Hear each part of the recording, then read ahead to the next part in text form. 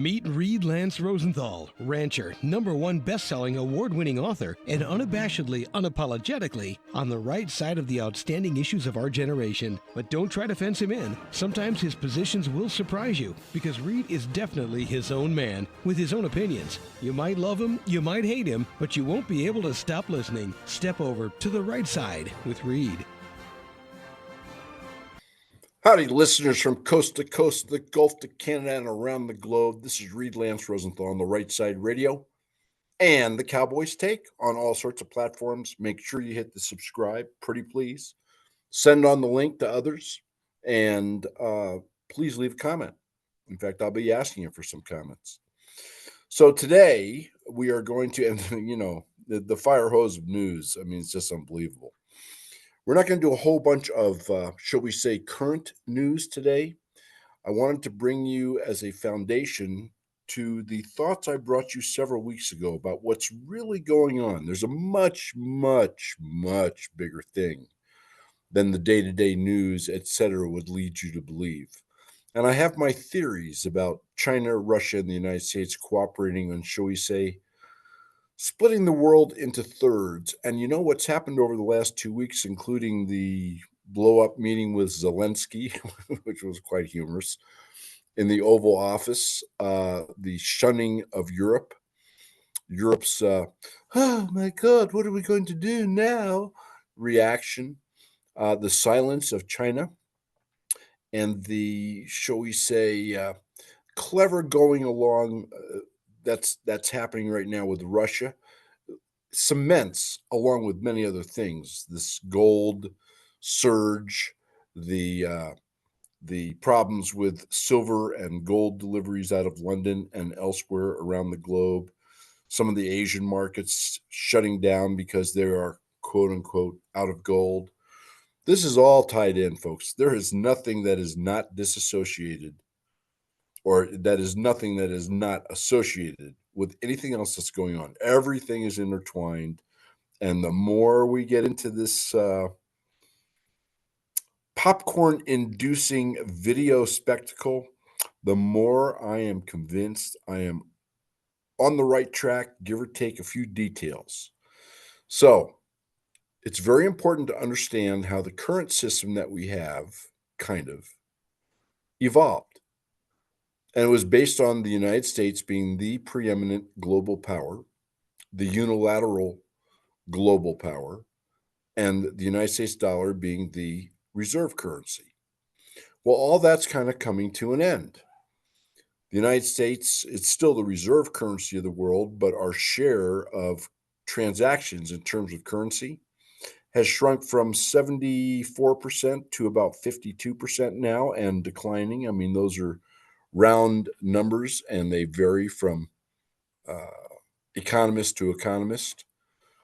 And obviously, we have purposely shot ourselves in the foot via Obama and Biden and the games they played with monetizing the reserve currency and stealing Russia's $300 billion in reserve currency assets. In other words, Russia invested in treasury bonds and treasury bills, which finances our debt, which we are finding out through Doge is, shall we say, substantially corrupt. How's that? We are substantially overspending. I'll be kind for right now. And of course, our excursions into foreign wars. But you're going to be fascinated by the history here of the Treaty of Versailles, which was in 1920 and was really the official end of World War I. And then the Bretton Woods Agreement. There's actually a more formal name for it. We'll get into that in the course of the show, which originated basically right after World War I, 1946. I believe we'll be getting into the exact times. And then, I don't know if you know this, but there's a Bretton Woods II agreement. Nobody ever talks about that. But the Bretton Woods II agreement is the agreement that China has used to lever itself into the position it is at our expense, which is part of their plan, and to, shall we say, be a foundational pin of the BRICS nations, which we've talked about, and the alternate to the United States dollar as a reserve currency. The BRICS, quote unquote, unit is what they call it.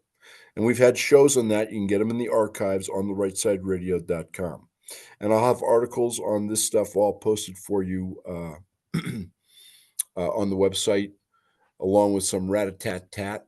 I'm going to be bringing you a second show very quickly, probably tomorrow, with a bunch of current events and current economic statistics, which I absolutely guarantee you you're not seeing anywhere else unless you follow this stuff on all sorts of, I won't say obscure, but should we say not widely visited economic sites and reports. But the rat-a-tat-tat I'm going to bring you, spiced up with some more fraud that Doge has found, and additional fraud by Stacey Abrams, who soaked $2 billion out of us with Biden's help for her nonprofit that had $100 in revenues. Oh my God! And that video is on the website so that you can listen to it retch and clamor for a treason trial. But now there's more. Yep, the 300 million of that suddenly somehow went back to Democratic campaign contributions. Who would have thought? I mean, wow, what a novel concept. Oh, yeah. All right. Well, anyway, we're going to get into this history here because it's very important for you to understand, because this is the foundation, the systems that evolved, how they evolved, what we have today, why it's like crumbling, and what these governments and international banks and banksters within each country, how they have, shall we say, manipulated things, and what their plan is if there's any financial crisis, which they've implemented several times. The dot-com bust in 2000 and the great financial crisis, which they engineered to begin with through greed and avarice in 2008. So once you understand where we are and how we got there, you'll better understand, and I think probably agree with me on where this is all most likely going, which is huge. I mean, it's not little, it's huge.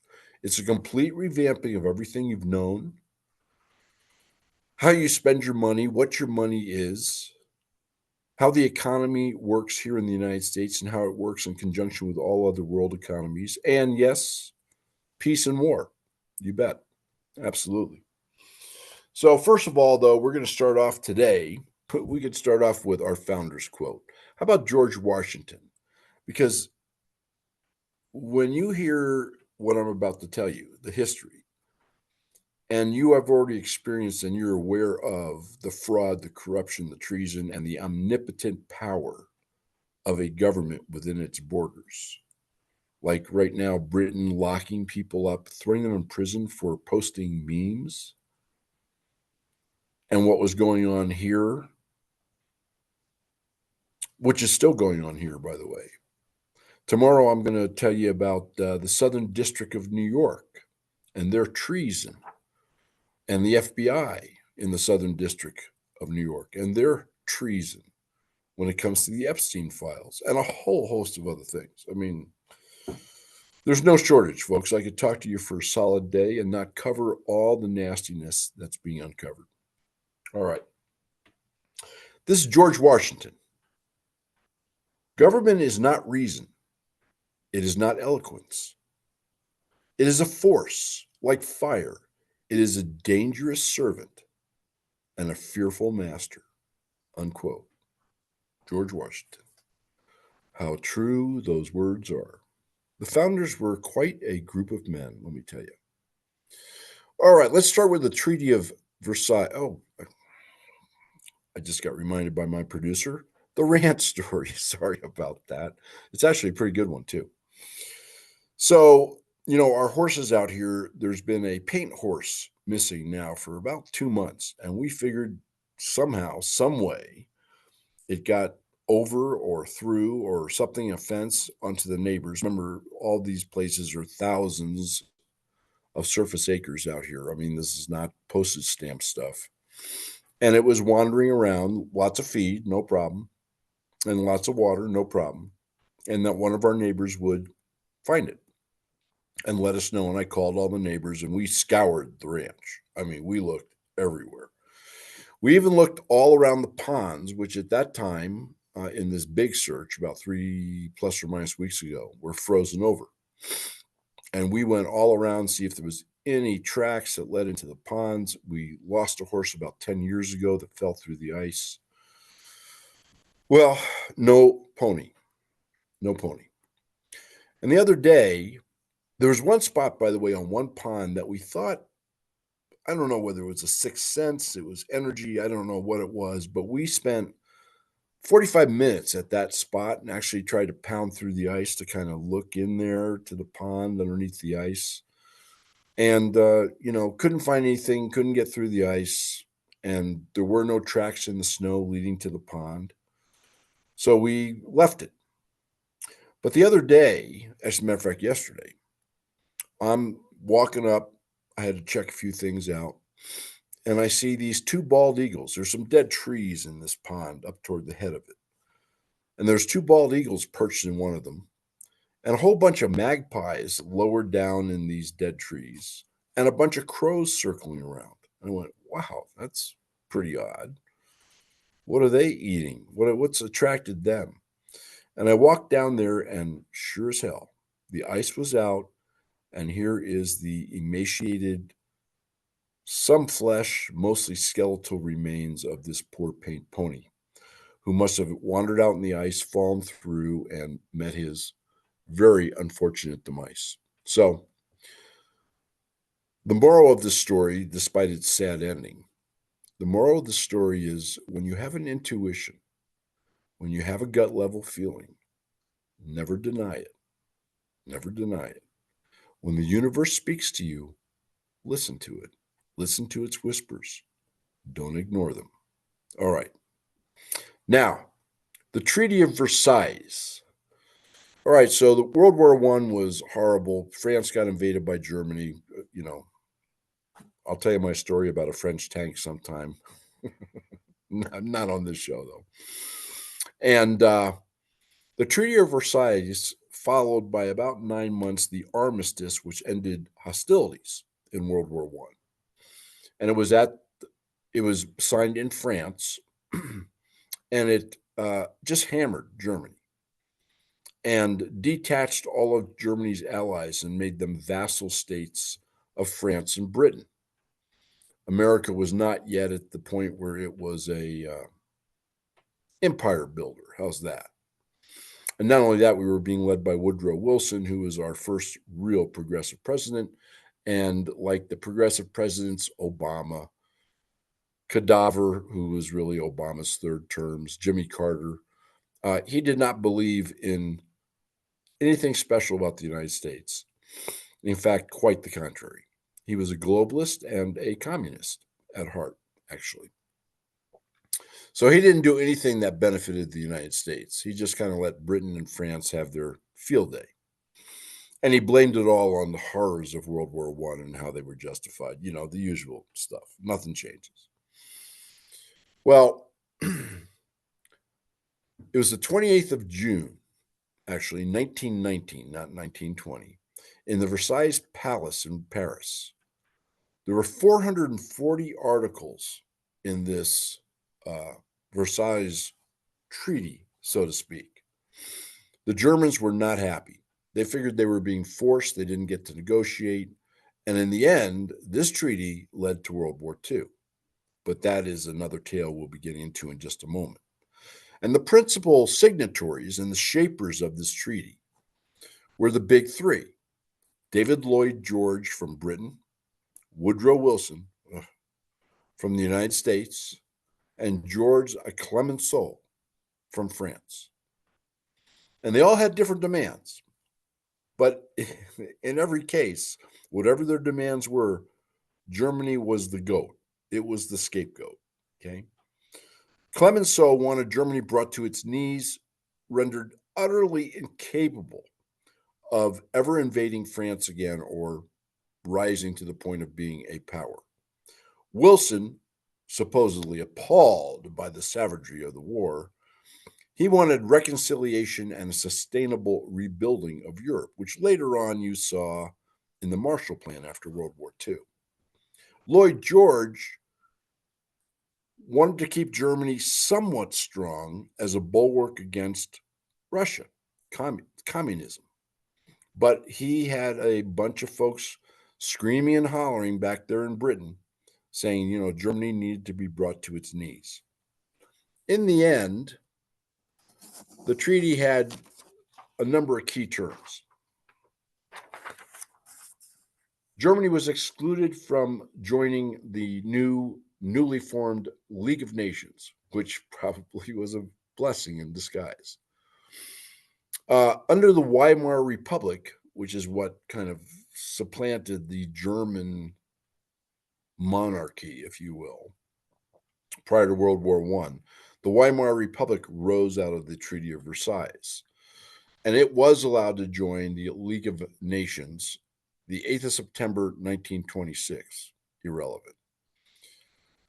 The Rhineland, that is this big area between France and Germany, had to be totally demilitarized for like 31 miles. All fortifications had to be removed by Germany, and any German territory west of the Rhine River, together with any bridgeheads, had to be occupied by Allied troops for 5 to 15 years.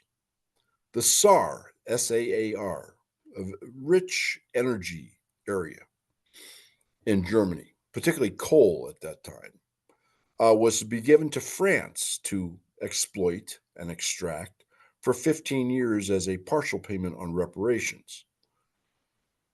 Germany had to make substantial territorial concessions, which in the end Hitler used as justification for invading all the countries around him.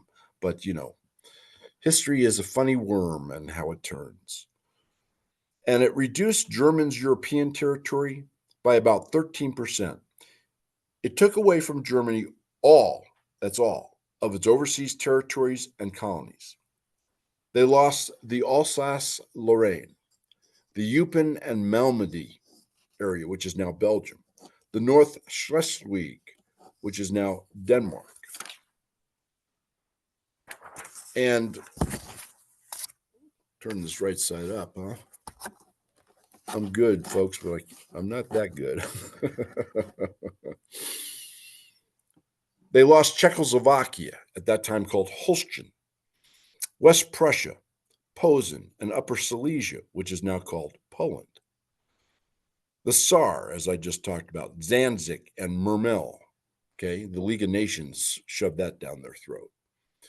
Any gains they had from a previous war and treaty, the Treaty of Brest, which was any Russian lands that they had conquered, had to be given back to Russia. And all the colonies that were stripped from Germany were magically given to France and Great Britain. Huh. Nice. Germany was forbidden to unite with Austria because Austria had been its big ally in World War I. And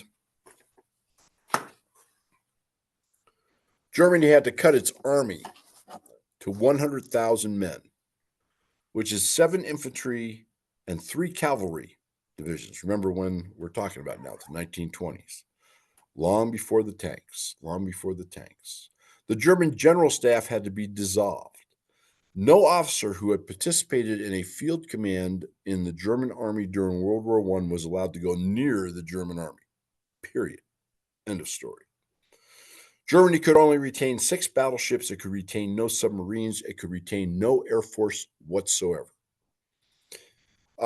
It had to accept blame in writing in the Versailles Treaty for starting the war and perpetrating every imaginable atrocity and property damage that you can think up. And, obviously everybody was involved in that, right? I mean, that would be like saying, and I'm a big Israeli fan, that'd be saying like the Gazans have to sign a treaty saying they're responsible for the destruction of Gaza. Yeah, it's kind of the same thing.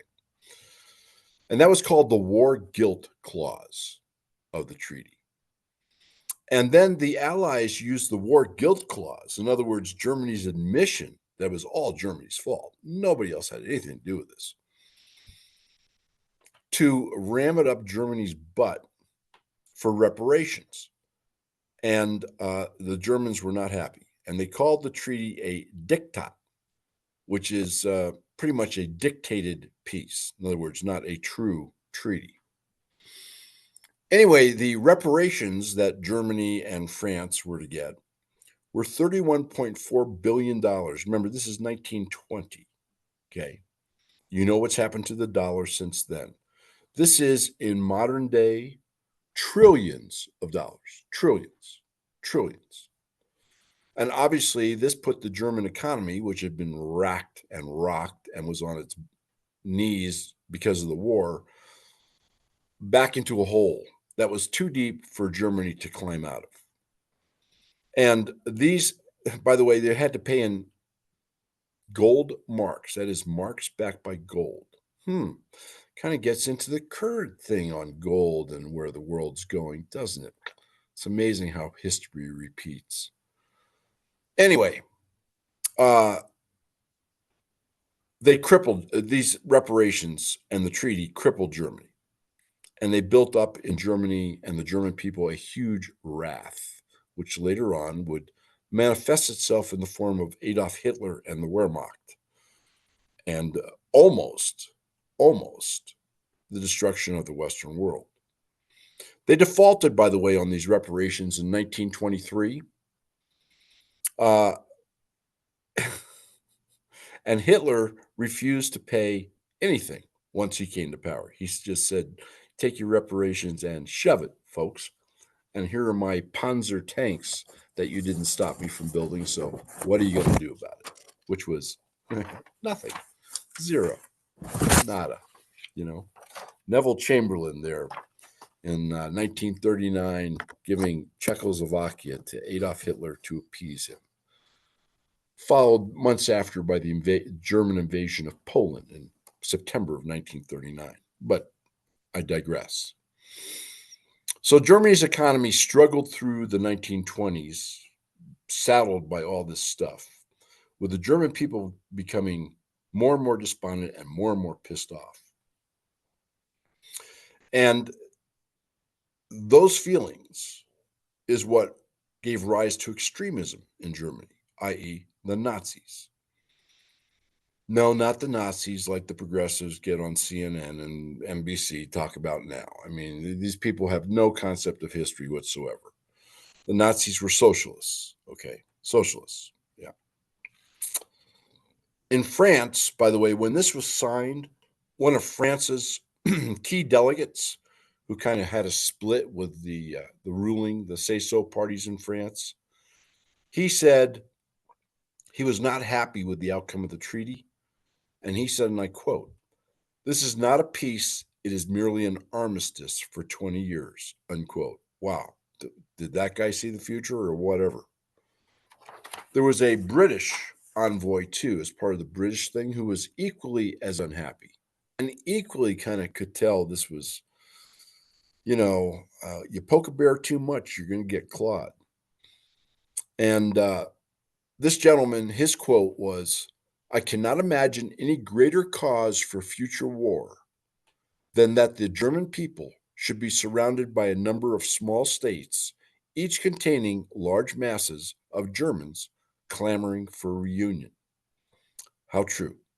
In fact, we're kind of seeing that playing out in Ukraine right now with the Russian speaking and Russian leaning people in the Donbass being taken by Russia. I mean, that was Russia's, whether you believe it or not, excuse for moving into Ukraine.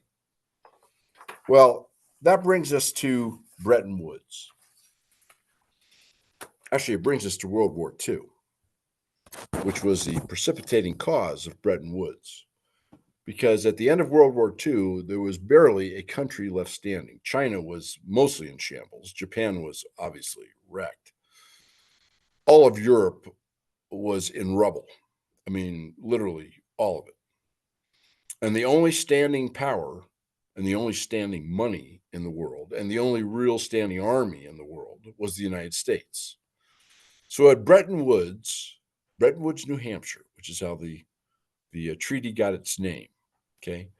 It was actually called, let me see if I can find this, the United Nations Monetary and Financial Conference. And later on, that was its official name. But it kept the name of Bretton Woods just because of the location of all these bigwigs. And uh, at this Bretton Woods conference, to try and come up with some foundation for recovery from this World War II devastation, literally on every continent, they sought to uniformly arrive at a global exchange rate to facilitate trade for rebuilding. And on July 1, 1944, 730 delegates, 44 countries, attended this United Nations Financial Conference, which resulted in the Bretton Woods Agreement. It also resulted in the formation of those lovely international organizations, the International Monetary Fund, the IMF, and the World Bank. Oh, kind of warms your heart, doesn't it? The dollar was pegged against the price of gold at this conference. It was agreed that each dollar was worth $35 worth of gold. Or should I say 1 ounce of gold was worth $35, excuse me. And the dollar, because it was anchored to the value of gold at that time, think about that, $35 right now, it's $2,900, give or take $50. That stabilized the American currency so people could rely on it. And the second part of this agreement was that the American currency, stabilized by gold, so you could trust it, would now be the currency that all nations would deal with whenever they did international trade. They could use their own currency to buy dollars. They could get dollars in for selling exports to other countries and then keep them in dollars as their reserves. So, anyway, all these representatives and all these countries agreed, by the way. You know who the big players was? It's really kind of interesting. Canada, fortunately, there was no Trudeau. Mexico, Russia, Brazil, China, India, Netherlands, Poland, Belgium, Chile, and Czechoslovakia. Those were the most active delegates or delegations at this Bretton Woods deal. And the Bretton Woods deal grew out of an agreement that was reached at Yalta, right, on the battleship Missouri, between Stalin from Russia, Churchill from Great Britain, and FDR before he died from the United States, wherein they more or less agreed that the United States would be kingpin, but in a way, each of them would kind of keep the spheres of influence that they had prior. You know, the British Empire and their far-flung legions, Russia and its grip on the Baltic states, that had been carved out of Germany, remember, back there at the Treaty of Versailles, and the United States pretty much in the Americas and the American hemisphere, and wherever else it wanted to go, since it had really the only standing army, and its money was the money of the world. To make a long story short, the International Bank for Reconstruction and Development, which was the funding arm of the IMF, and the International Bank itself started taking dollars to rebuild Europe. The Marshall Plan, which was the United States funding through dollars backed by gold, really filtered through these organizations. It wasn't like we sent a check over to France or a check over to Hungary or whatever, okay? It was all kind of orchestrated through these more or less quote-unquote globalist entities that had been set up at Bretton Woods. After Bretton Woods, once it was concluded, once the agreement was signed, the allied countries, other than the United States, who pulled all the strings and pretty much staffed the IMF and the International Bank for Reconstruction and Development, and et cetera, and the World Bank, all these countries found they really didn't have a say or any control over this new international payment and settlement system. It was kind of clever, actually, on the part of the United States. Between 1968 and 1973, the United States, after spending oodles and oodles in Korea, never quite recovering from that, although almost, got involved in Vietnam. And Vietnam was, Vietnam was many things. The fact that we were in Vietnam was probably treason to begin with. But putting that aside, and putting aside how it enriched the military industrial complex that just a few years before Dwight Eisenhower had warned about in his departure speech from the White House, the Vietnam War drained the treasuries of the United States, and they had to print more dollars to distribute to buy all these wonderful weapons of war from the military industrial complex. Well, the more dollars they printed, the less each dollar was worth. And remember, the dollars at that time were notes that were redeemable in gold. So the more dollars you had out there, the more gold people could redeem. And this situation was going downhill quickly because Richard Nixon figured out, and probably the president before him, LBJ, figured out that with all the dollars that were out there and the debasement of the dollar, the debasement of the currency because you're printing all this excess currency. Remember, what there's most of is least worth. That there's no way the United States could honor the commitment made at Bretton Woods decades prior to redeem US dollars for gold. So, without notice and without warning and without telling their allies or the rest of the world, on August 15th, 1973, Richard Nixon suddenly said, deal's done, guys. We're not going to do that anymore. You can no longer get gold from the United States when you turn in your dollars. So that didn't go over too well with the rest of the world, as you can imagine.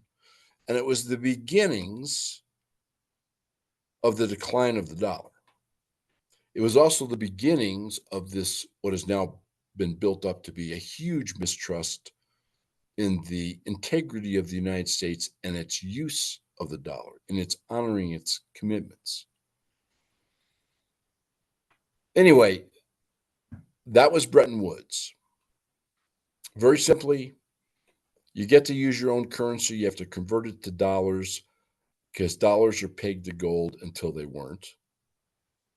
And you can move your currency value up and down relative to the dollar to make your currency cheaper or more expensive, to lower or increase the price of your exports, to compete with other people exporting the same thing, or increase the sale of your goods and services on an international basis.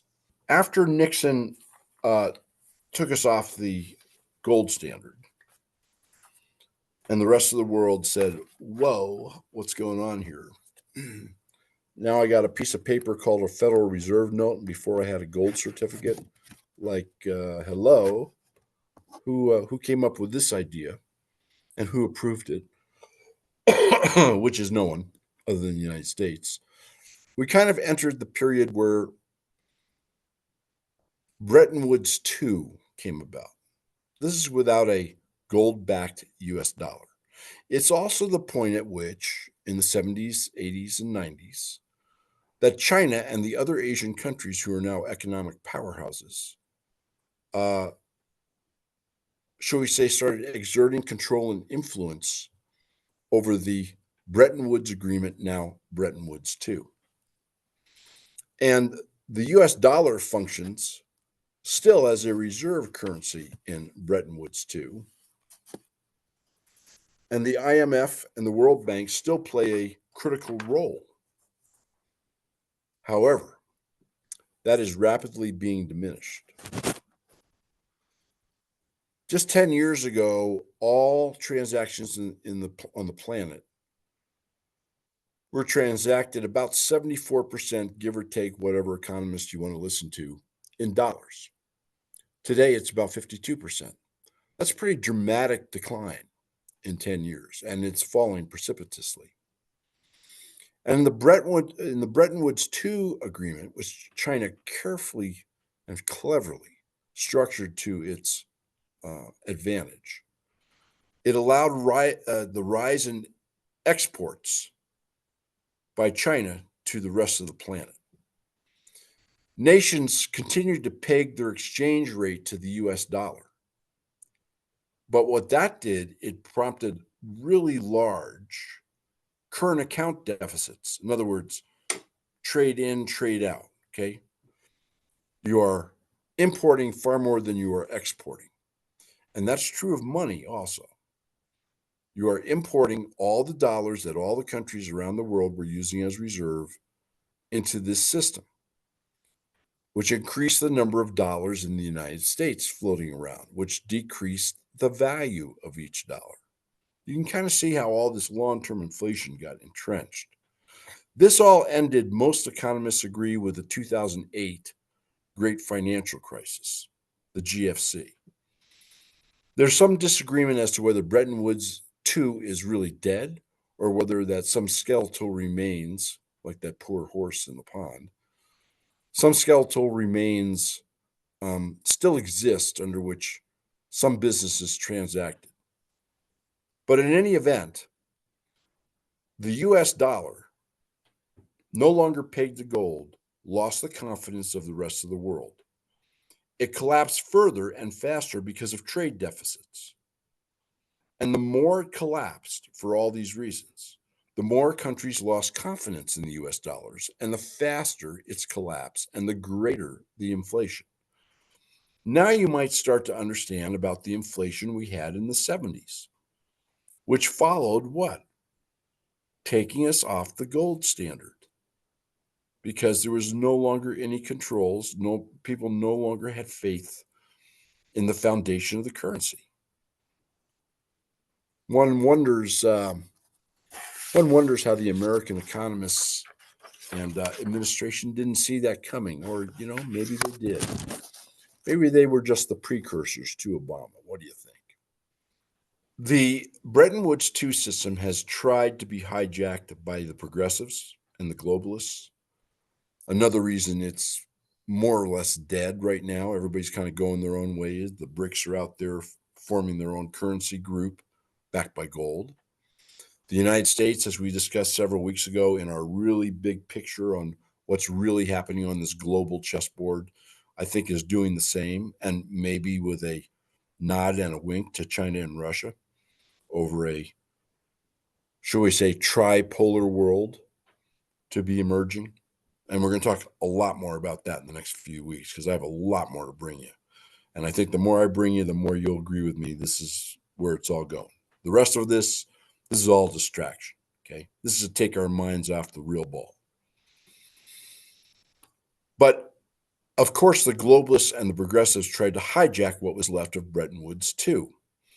And there's a group, very progressive, absolutely communist, infiltrated by Red China and what have you, called the Aviva Investors. This is a United Kingdoms-based investment management firm. United Kingdom has skewed so far. I mean, United Kingdom is in big trouble. Discussion for another day. But they wanted to call a Bretton Woods Conference number 3 in 2024. And they wanted to come up, oh, you'll love this, with a global transition plan to finance projects that could address the adverse impacts of climate change. Oh my God, we're all going to incinerate any second. And their key objectives, and tell me this didn't come from WEF and our buddy Klaus Schwab, you will own nothing and you will be happy, who, by the way, resigned just a little bit ago.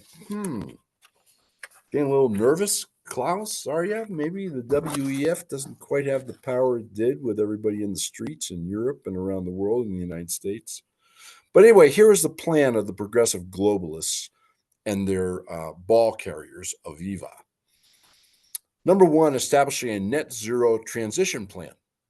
Net zero. Zero emissions. prioritizing climate change in all decision makings, including business.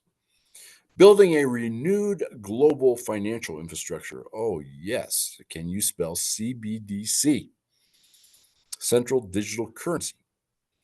And executing a climate change mitigation projects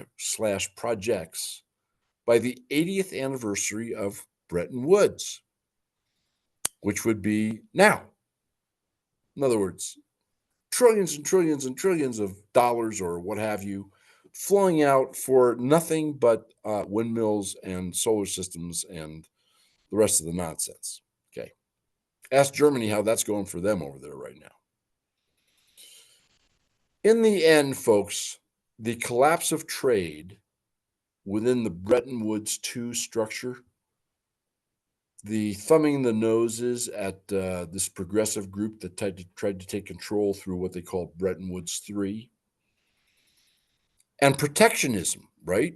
America first, China first, Poland first, which are rapidly on the rise and I think are a great thing.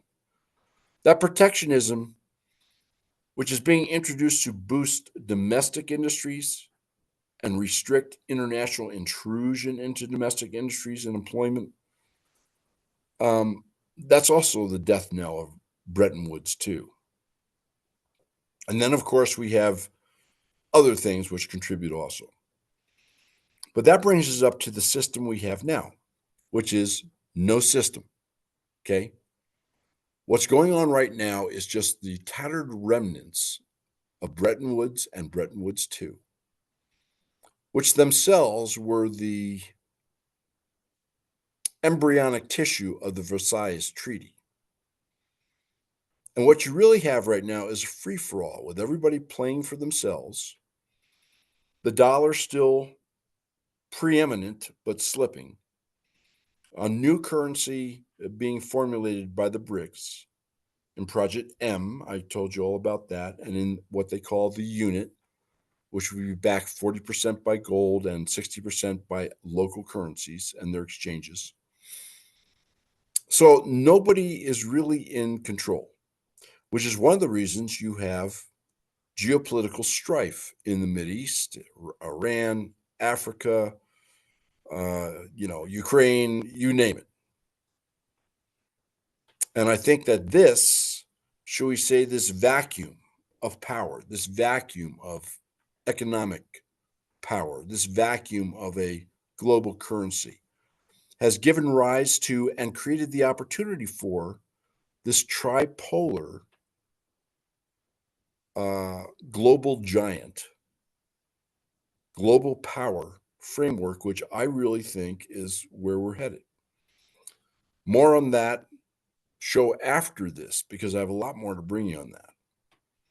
But our next show, which will be in the next 24 or so hours, is going to be on some current events, which, by the way, back up exactly what I'm telling you right now. Some economic statistics just coming out, which you have no idea of, you haven't heard about, and it all ties into the collapse of what's left of this current system that I just described how it evolved, and where we will be heading given these undeniable and unfortunately warranted, and even more unfortunately unavoidable economic ups, downs, and nasty news that has come out but is being withheld from you. And we will also have in this upcoming show a few more indications of fraud that Doge has found. Fraud and treason, I might add. I'm going to tell you a little bit more about the Stacey Abrams $300 million campaign contributions. Yeah. And about the Southern District of New York, the FBI, and the attorneys out there, the U.S. attorneys who are refusing to turn over the Epstein documents, and, a whole bunch of crap just like that, which is called treason. And these people need to be tried for treason. And as the Constitution prescribes and allows, if found guilty, suffer the full penalties and consequences of that verdict. So hopefully this was helpful. I try to keep it on a big level scale without getting into the weeds, but at least I hope you have a general idea of how we got to where the hell we're at now. Putting aside the internal sabotage we have suffered here at the hands of Jimmy Carter, Barack Obama in his 3 terms, and Bill Clinton and the rest. All right. And what do we got going here? We got a battery going low. All right, let's plug in as I finish this up. You know, I always forget to do something, including hit the record button, of course. Hopefully this came out pretty clean for you. If this is a little bit more clear, this final parting shot, well, we know what the difference the recorder made. Anyway, this is Reed Lance Rosenthal on the Right Side Radio and the Cowboys Take. Please subscribe, pass on the link, hit that little bell on whatever platform you're on, whether it's YouTube or Rumble or the website on therightsideradio.com. There's articles and some unbelievable videos posted on the website with this show and with tomorrow's show, which is, shall we say, more current event than history. But now you have the foundation to go forward as I share with you my thoughts backed by facts. Shall we say, the lines connecting the myriad of ever-appearing and ever-increasing dots. Keep the wind at your back for this next 24 hours. I'll be back at you shortly. Please remember, if you've missed any shows, just click on Show Archive and you'll find all of his shows. We look forward to seeing you here again next week for another episode of Reed Lance Rosenthal on the Right Side.